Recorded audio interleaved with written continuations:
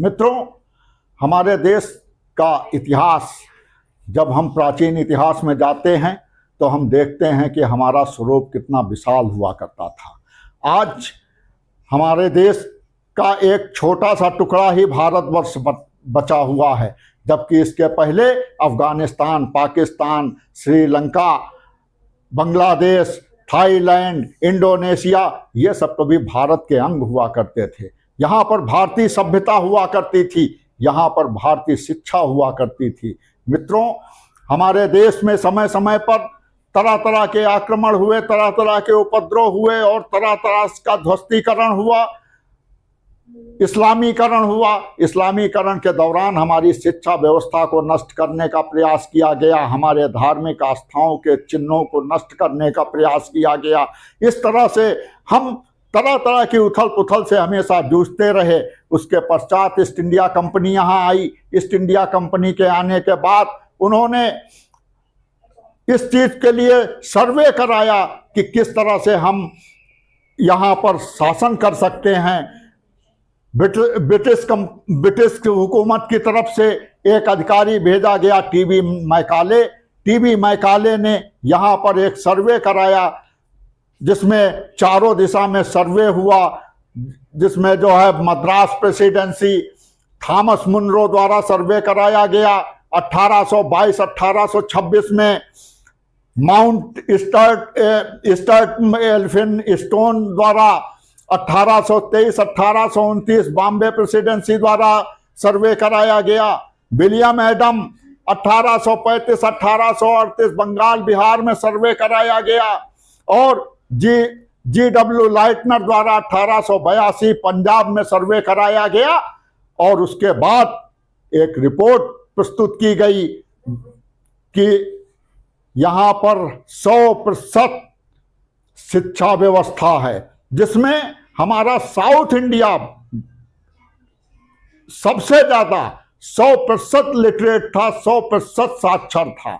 और कहीं पर 98% तो कहीं 85%, इस तरह से लगभग उन्होंने ये माना कि हमारे वहाँ 100% की लगभग साक्षरता है।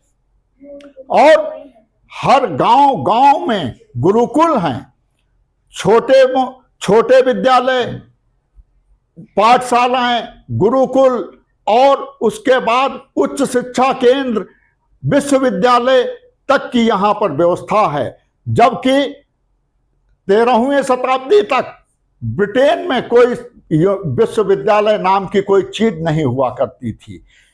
वहां पर चर्च की एजुकेशन केवल दी जाती थी, केवल अपने भाषा और छोटी मोटी गणित की शिक्षा, इसके आगे उनके पास कोई शिक्षा व्यवस्था नहीं थी। वह धार्मिक शिक्षा ही उनकी शिक्षा थी, इसी जिस तरह से इस्लाम में हुआ करती थी। मित्रों, हम उस समय ग्रह नक्षत्रों की गणना किया करते थे।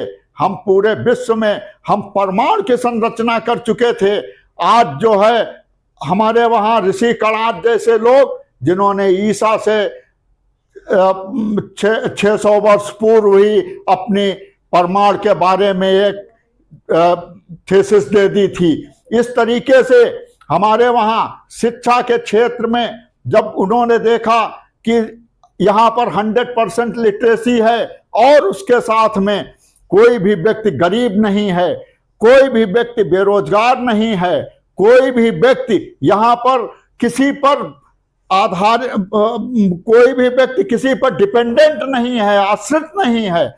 हर व्यक्ति अपने आप में सक्षम, और यहाँ की जो शिक्षा, यहाँ की जो संस्कृति है, जो जीवन शैली है, वह जीवन शैली इतनी अच्छी है कि सब एक दूसरे को कोऑपरेट करते हैं, सब एक दूसरे का सहारा हैं, सब एक दूसरे से हिल मिल करके पूरी एक खुशहाल जिंदगी जी रहे हैं। इस तरह से जब मैकाले ने अपनी रिपोर्ट दी तो पूछा गया कि हम आखिर इन पर किस तरह से राज कर सकते हैं। तब मैकाले ने कहा कि अगर इन पर राज करना है तो, और इन पर राज करना है तो हम ना तो इनसे धन के मामले में जीत सकते हैं, ना हम इनसे किसी तरह से जीत सकते हैं, बल के मामले में जीत सकते हैं। फिर भी अगर हमें राज करना है तो हम सबसे पहले काम यह करें कि इनकी शिक्षा व्यवस्था को नष्ट करें, जहां से इनके विकास का एक मार्ग है उसको अवरुद्ध करें, इनकी शिक्षा व्यवस्था नष्ट करें। इनकी शिक्षा व्यवस्था नष्ट करके इनको हम अशिक्षित बनाएं, गंवार बनाएं और फिर उनके ऊपर हम हुकूमत करने का अपना कार्यक्रम शुरू करें।